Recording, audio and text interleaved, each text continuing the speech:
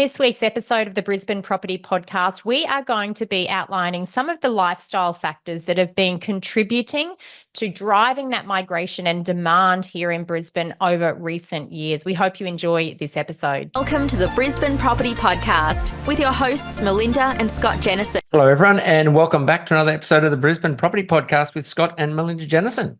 Welcome back, everybody. And we come to you today in a very sort of warm Brisbane environment, I guess you could say. Winter in Brisbane, Scott. You're normally the weatherman, but tell us about what's going on up here at the moment. Well, this podcast will be I'll probably enjoy this one quite a lot, actually, because it's actually something I do talk about a bit when we talk about Brisbane and the lifestyle and weather and beautiful Brisbane. As we talk about it, we say, why wouldn't you want to live here? It's beautiful one day, perfect the next. But, you know, when you look at things, and this podcast is a little bit about lifestyle factors basically driving migration and demand. So why it is a good area and why it's a good opportunity and why people want to live up here. As Melinda touched on, and I do normally do my weather updates, we're at the back end of winter and we're still in winter. We're not even in spring yet. And we're getting 33, 34 degrees. This weekend forecast is Saturday, 34 degrees and fine. And Sunday, which will be the first day of spring, will still be 33 degrees. And that is the back end of winter. Look, I think it's obvious to say there is a heat wave across the country right now, but normally we've got, really mild winters, and we often talk about the climate in our weekly episodes on the Brisbane Property Podcast. Brisbane is a great place to live, especially in winter where we do have those cool, crisp mornings, but of course by day, we rarely need a jacket. That's certainly not, anything like a scarf in our winters. So a lot of people really love that climate and the temperature that comes with winter. Now, summer, obviously, it can be a little hotter. Obviously, a lot of homes that don't have air conditioning for some weeks of the year can be a little extreme, especially with our humidity. But I certainly know a lot of people that we talk to, they are making the change up to Brisbane, especially from southern states, for that warmer climate, for that warmer weather. So we know this is a trend that occurs in the migration patterns of Australians moving from southern states up to southeast Queensland. And just on that, not just the southern states, we've also had a lot of inquiry, and we talk to people from overseas looking to relocate back to Australia, and they're trying to find the place that's going to be home where they can bring up their children, have a good lifestyle. And that's, Brisbane's very attractive for that. When you talk about the cold weather, I swim mornings in at Musgrave Park at the pool there, and we swim through winter. Yes, they turn the heaters on, the pool, we call it cold. But in the last week or so, all the heaters have been turned off and the pool's back to normal, and it's beautiful to get in there and swim early in the morning. So, it's very attractive for that. People that go bike riding, opportunities for that sort of thing. So we'll touch on a few lifestyle things which go along with, why it's so attractive here. And obviously, the climate does make for a very easy outdoor lifestyle. I think that outdoor lifestyle is one of another reason that we do, attract a lot of inquiry, a lot of people coming from interstate, but also from overseas. People want the favourable weather conditions so that they can contribute to a better outdoors lifestyle. Now, we have a lot of restaurants, for example, that are outdoors. We have a lot of homes that have indoor-outdoor integration, and quite often the back deck is the place that, a lot of our summer gatherings take place upon. So, we've got barbecues on the back deck. It's very common here in Brisbane to live outside in summer. And in fact, just recently we were helping a client looking for their home, and they mentioned that it didn't have the gas cooktop that they were looking for in the kitchen inside. And I said, look, what is it that you're looking for the gas cooktop for? And they said, we like to have lots of wok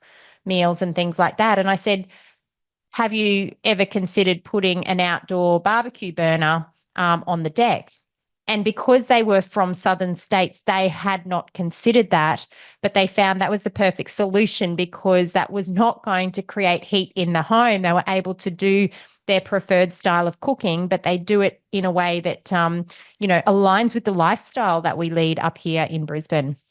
Whilst we're we'll stick with the topic of lifestyle, climate, and the way that we live. Now, I know you touched on the outdoor living, the decks, air conditioning you touched on as well, ceiling fans. You go into a back deck, most decks here in Brisbane, especially, will have probably a ceiling fan on the back deck. So people do live on that outdoor area. Elevated homes. The other thing we look at when we look at properties is the direction the house faces. Does it face to the west? Because in summertime, if you're not protected, you could get quite a bit of warmth from that summer western sun. And the other thing is picking up a breeze. We get a northeasterly breeze, which comes in the summertime. So it's nice to pick up that breeze. That way, if the front of the house faces that area, do you have windows, doors you can open to let that breeze come through? So there's lots of different factors that we look at when we look at property to suit our lifestyle as well. Absolutely. So it is something that if you're not local, it's good to seek expert local advice on in relation to the climate, especially in the way we like to live, because when you relocate to Brisbane, or for those that are not familiar with our way of living, it becomes a way of life very quickly, and you need to be sure that you're purchasing the type of home that facilitates that type of lifestyle as well. Also, I just wanted to touch on another reason that we're seeing this strong migration and demand into southeast Queensland. And this could be contentious for some people given the most recent changes in median values, but affordability is still something that I'd argue is something that drives people to southeast Queensland. Now, when we look at median values, of course, we now know that Brisbane's median values are the second most expensive when we're looking at dwelling values across all of Australia.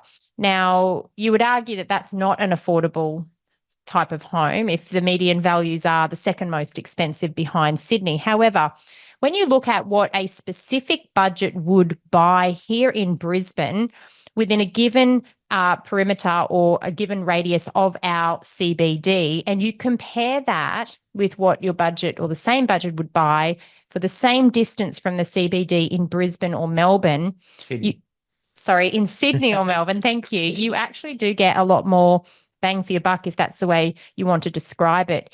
Within a budget of, $2.5 to $3 million, you can still achieve a 600 square metre block of land with a very large 5-bedroom, 3-bathroom, double lock-up garage home in our premium inner city locations. So, if you consider that type of budget within a similar perimeter from Sydney CBD or the Melbourne CBD, I just don't think you're going to get as much for the same budget. And that's where the question of affordability becomes one that we always continue to consider. Yeah, I not only the houses, and this will cover all areas. So when we talk about houses and you say close proximity to CBD, what you get, the bang for your buck, as they say, compared to others, Sydney and Melbourne, is so different.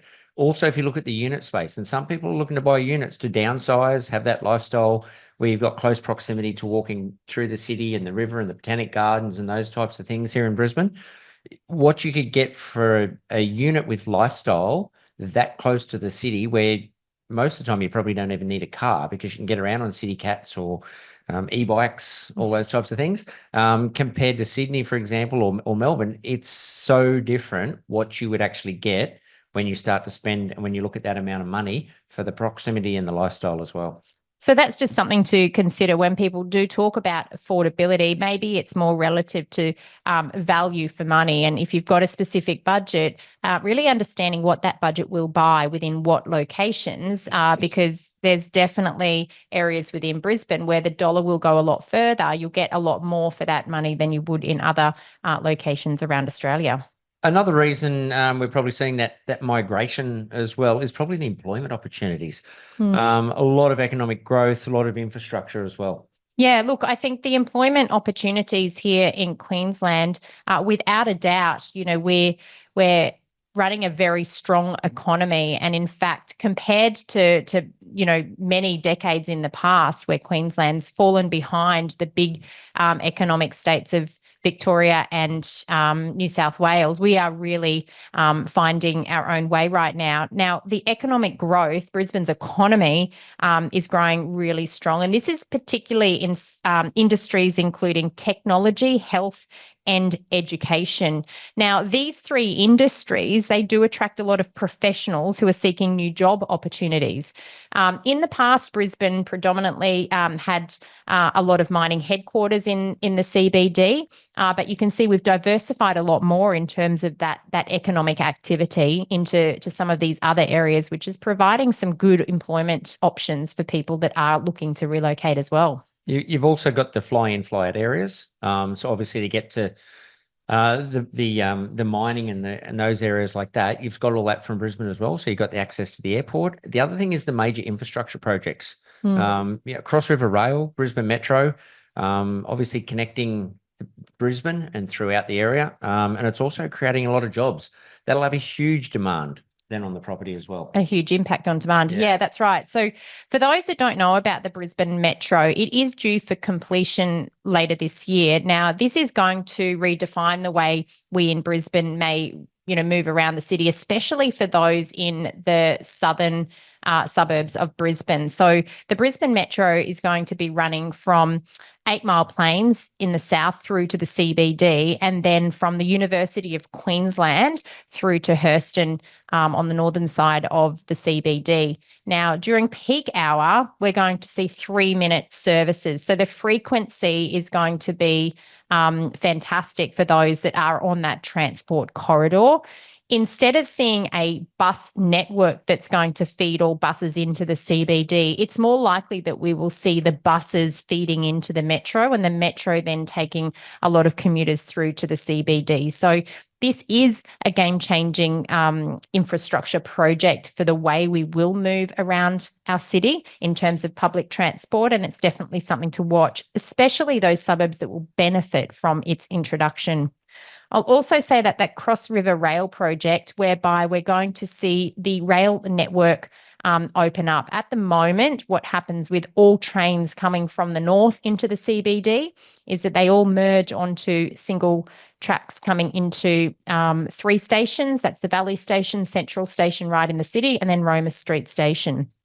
All trains go through these 3 stations and then go their separate ways on different tracks. Now, the Cross River Rail project is actually going to open up the network and provide a different access way for trains to come into and out of the CBD here in Brisbane. So what that will do is it will open up that backlog that currently exists, and it will allow more frequent services on the existing network to occur. So this is going to benefit the entire system when it becomes operational, and not just those locations that new stations are being built. So any suburbs that are on a train station will definitely benefit from more frequent services, pending the demand for those services once that Cross River Rail project is completed. Just very quickly on that employment, I do keep in contact, being a builder or ex-builder, if you want to call me that. But I keep in contact with a lot of trades and people in the trade as well. There's still a massive demand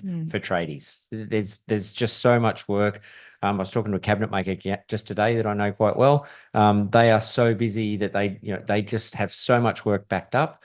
Builders turning out houses. You've also got the big projects. We're just about the completion of Queen's Wharf, which we'll touch on soon. But you've got those big major projects that are happening. We've still got the Olympic details to come out, probably following the next election, what happens on that side of things. But also the demand for housing will continue to keep growing, I think, and continue on for quite a while. So there's also that opportunity then when you look at employment from the trade sector as well.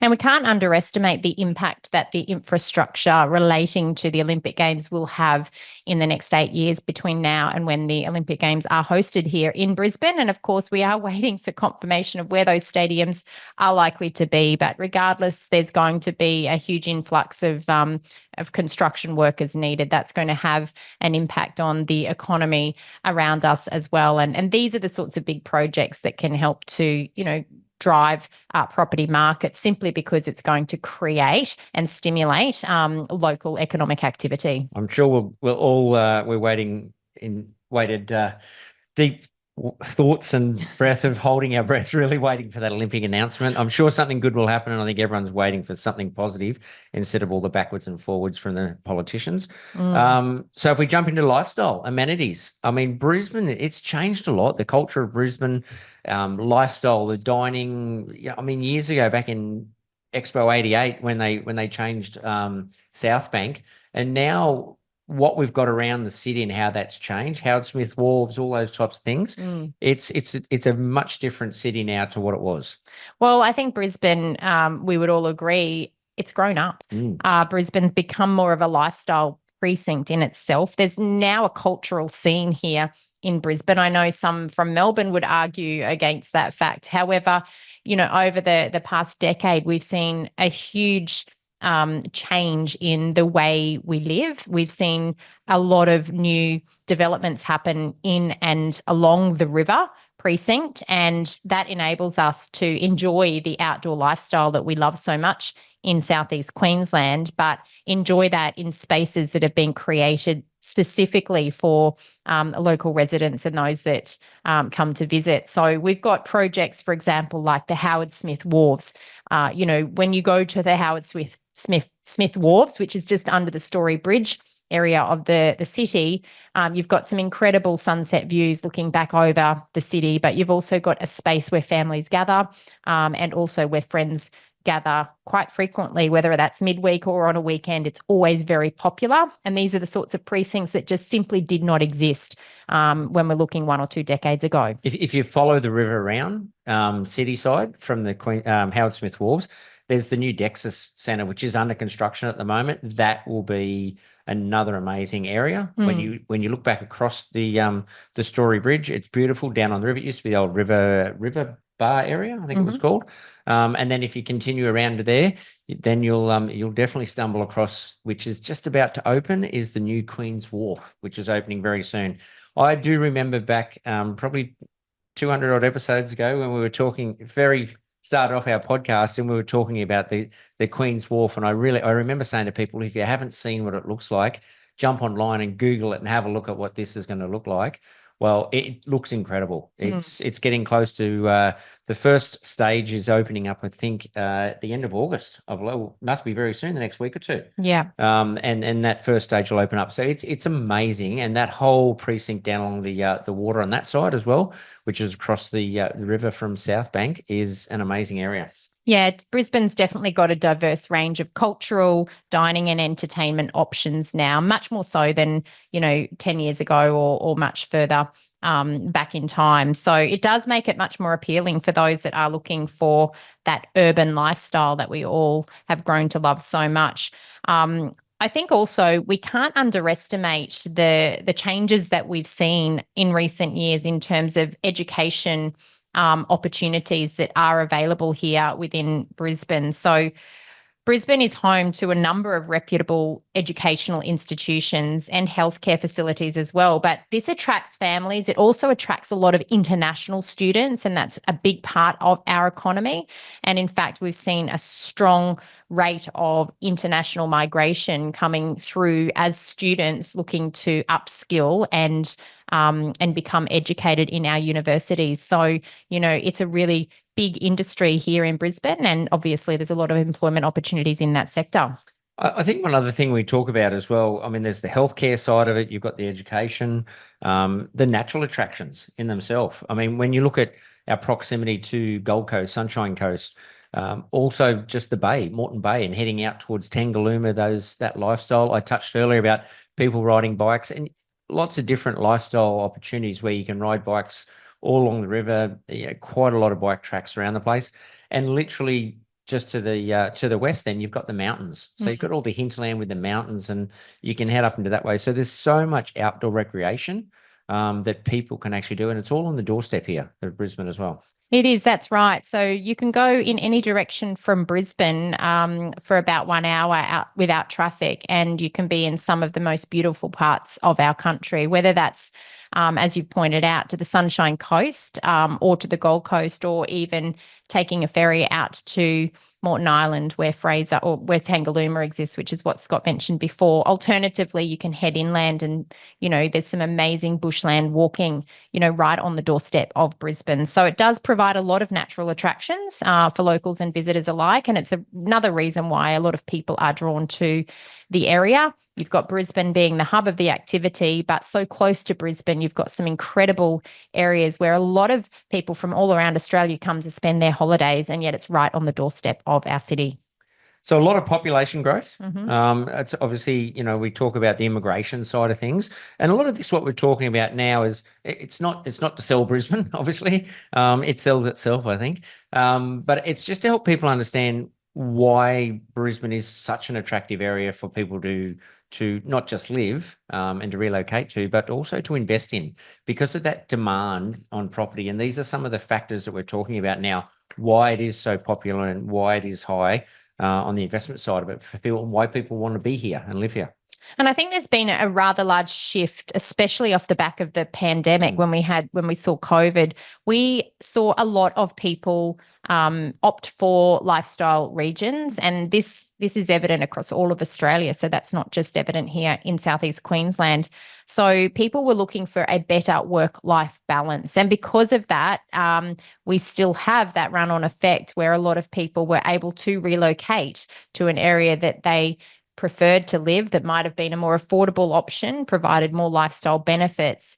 But because of the ability to work from home more frequently, they were able to live, in and around areas like Brisbane, but potentially commute once or twice a week to other locations around Australia, especially by jumping on a train or something like that. What we do find here in Brisbane, though, is that there's so much less congestion. Work-life balance is so much better because you don't spend as much time in traffic in the car. Now, if we look at transport studies based on Brisbane, in the last 10 years, commute times have doubled. And when we look at Infrastructure Australia studies that look at commute times 10 years from now, we also know that there's going to be certain corridors here in Brisbane that will be much more congested than others. Brisbane is a rapidly growing city. We are becoming more densely populated, and those that have lived here for more than a decade will have realised or will have noticed the significant change in commute times already. It's not going to get any better, and in fact, I'd argue it's going to get a lot worse. So again, it is important to understand which areas are going to be more accessible in the future, especially if you're looking for a home or an investment. But when we compare what's happening here in Brisbane versus what's happening in the likes of Sydney and Melbourne, it's still a lot better. You're still not spending anywhere near as much time in the car. Yeah. And I think that, as you talked about that working from home, that obviously back at COVID, everyone was opportunities to work from home. I still think that's really popular, and people understand that, where that you can actually go and work from home 1-2 days a week, whatever it may be. So to have that lifestyle and that type of house, we touched on it earlier, bang for your buck, what you get. You can be sitting in a beautiful big home with probably views to the city or whatever it may be. And you've got that lifestyle around you, which is obviously better when it comes to family and those types of things as well. Kids can come home from school and they've got that lifestyle. So it gives you a bit more lifestyle without being crammed into the city so much. And I think Brisbane has a lot more flexibility on that side of thing. Yeah, remote work, I think, is something that, is here to stay longer than perhaps some of us originally thought was likely to be possible. We are hearing anecdotally that there are some employers asking their employees to come back into the office, but flexibility or flexible work arrangements, I think it's here to stay for some businesses more than others. So those remote work opportunities have also put Brisbane on the map for many because they are still able to work remotely, as Scott's pointed out, in a space that may be more conducive to, being able to work from home while the kids and the rest of the family are there as well, because you do have typically larger floor plans, larger backyards, etc. And I guess one big thing, for the future for Brisbane is obviously the Olympics. We've just come off the back of the Olympics. We've got the Paralympics about to commence in Paris. What that does and how it attracts people to a certain area And obviously then the infrastructure that we talk about and things like that that go into place, it's going to happen. You know, the Olympics is actually coming. Hopefully we do get some amazing facilities and some things that are left here, obviously off the back of the Olympics. And I think that will happen. I'm pretty confident things will happen. But yeah, I think it's amazing what it will do and how it will attract people to Brisbane as well. Yes, the Olympic Games will put Brisbane on the international map. It's going to boost Brisbane's profile as a city. And if we get it right in the way we're going to be marketing that event, it will also have an ongoing legacy in terms of people wanting to come and visit, people wanting to come and holiday in and around Brisbane and the surrounding regions. That obviously attracts further investment into the area and has an ongoing benefit to all of the residents as well as businesses in that local region. So these are some of the reasons why the Olympic Games itself may not be the pinnacle of all of the benefits, but there's going to be that legacy that occurs post the Olympic Games period, where people will understand more about Brisbane, understand more about what it has to offer, as well as all of the surrounding regions, and perhaps, consider the Down Under location for their next international holiday. And of course, tourism also attracts economic activity as well. So these are the sorts of things that, will continue to support ongoing investment in Brisbane and continue to support property values and the demand for property at a time where supply remains really tight, and in the absence of building more homes, more units, more dwellings, that demand side pressure is likely to continue to put that upward pressure on prices. So now that everyone knows how good it is up here, and they all want to move up here or they want to invest in Brisbane, just reach out to the team at Streamline Property Buyers and we can help out. But yeah, look, Brisbane's beautiful. We do love it. I know we talk about it and we're probably a little bit biased, but I think there's a reason. And you're born and bred here, Melinda, and you've seen it change, and I think you'll see it change a lot more come up in the future. So, look, hopefully that's been good information. Hopefully it's been helpful. Gives you a bit of an insight into what is driving some of the migration and the demand here for property in Brisbane. As usual, I will let Melinda wrap it up, and it's been great talking. Until next week, thanks very much. Have a good week. Take care, and bye for now. Thank you once again for joining us on the Brisbane Property Podcast. We hope you have enjoyed this episode. We would love for you to share this episode with friends and family and leave us a review if you get the time to do so. We'll look forward to speaking with you again next week. Bye for now.